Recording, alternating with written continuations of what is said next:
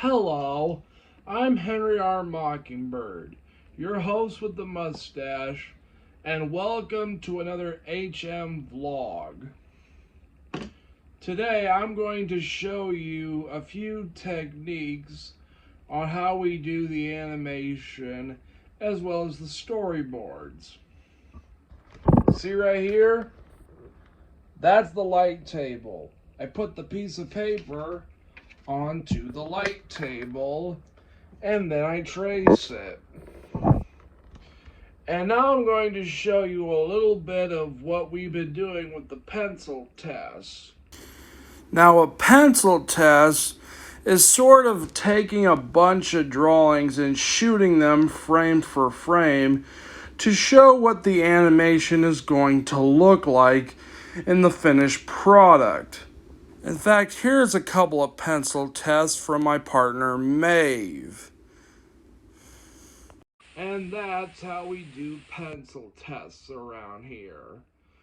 And next, I'm going to show you a new technique that me and my partner, Maeve, have been doing. This is Maeve, who you might remember from the last vlog. And this is a new technique she's created with a thing called the projector. You might have seen this in one of your middle school projects or high school where you... Now she's going to use what we call the celluloid, which looks like this. Well, when it's painted, it's a bit transparent, and I'll talk about it next time. So what I do is sometimes I draw something like I do a drawing or an element of a drawing a little bit too small. So in this case, Brutus's head is too small for his body. So what I'm gonna do is I'm gonna trace his head onto the celluloid, and then I'm going to project it onto my little wall here with the peg bar. And an interesting part of this is that when the overhead projector is turned on, the weight from the photons of the light actually pins the paper to the wall so I can draw on it. So I'm going to... Can you demonstrate what this thing is? The overhead projector? What you do with it? Sure. First, I'm going to trace his head onto the piece of celluloid. So,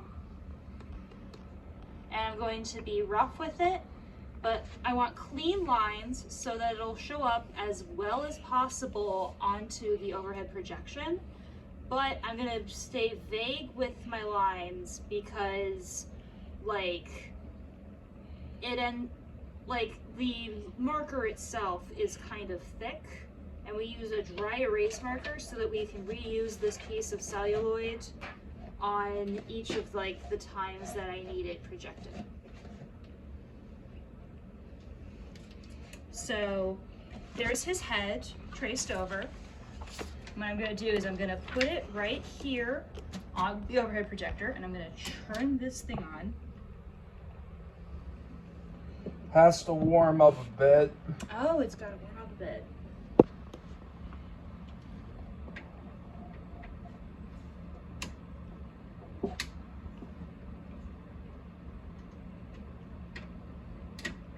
There we go. And there's the light. Here's the light. And I'm going to... I need to move this. So, okay, I'm going to shove this over here a bit. Move this around. That's too big. So I'm gonna shove this closer. Stay there, please. Thank you.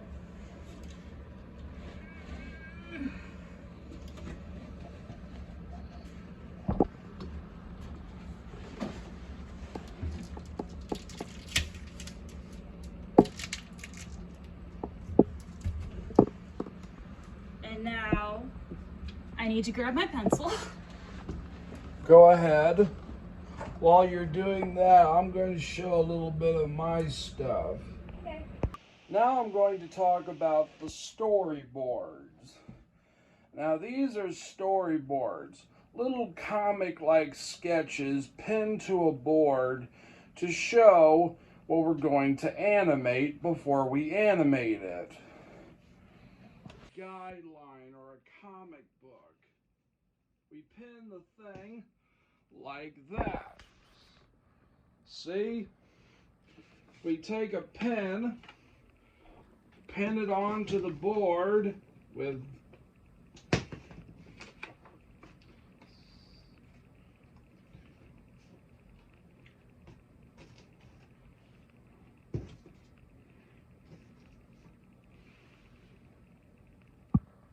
Now we're going to go back to Maeve. Here's Maeve drawing the Brutus onto the projector. What I'm doing here is I'm using the projector's light to trace the body of Brutus onto this new clean sheet of paper so that his head isn't there when, ignore that, but so that when I put his head on, hello, stay there please, thank you. Oh, come on. Stay right there. There you go. You're gonna need some tape to keep it up.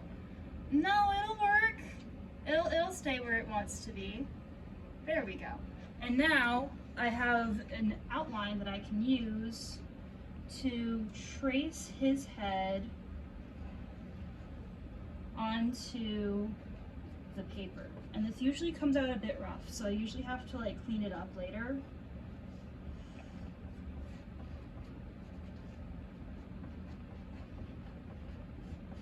But it's easier on me. And like, if this were a digital workflow, I would just scale it, but this is traditional animation. We're being super old school, which is fun because then you can come up with fun new solutions like this. Next time I'm going to show you how we ink and paint.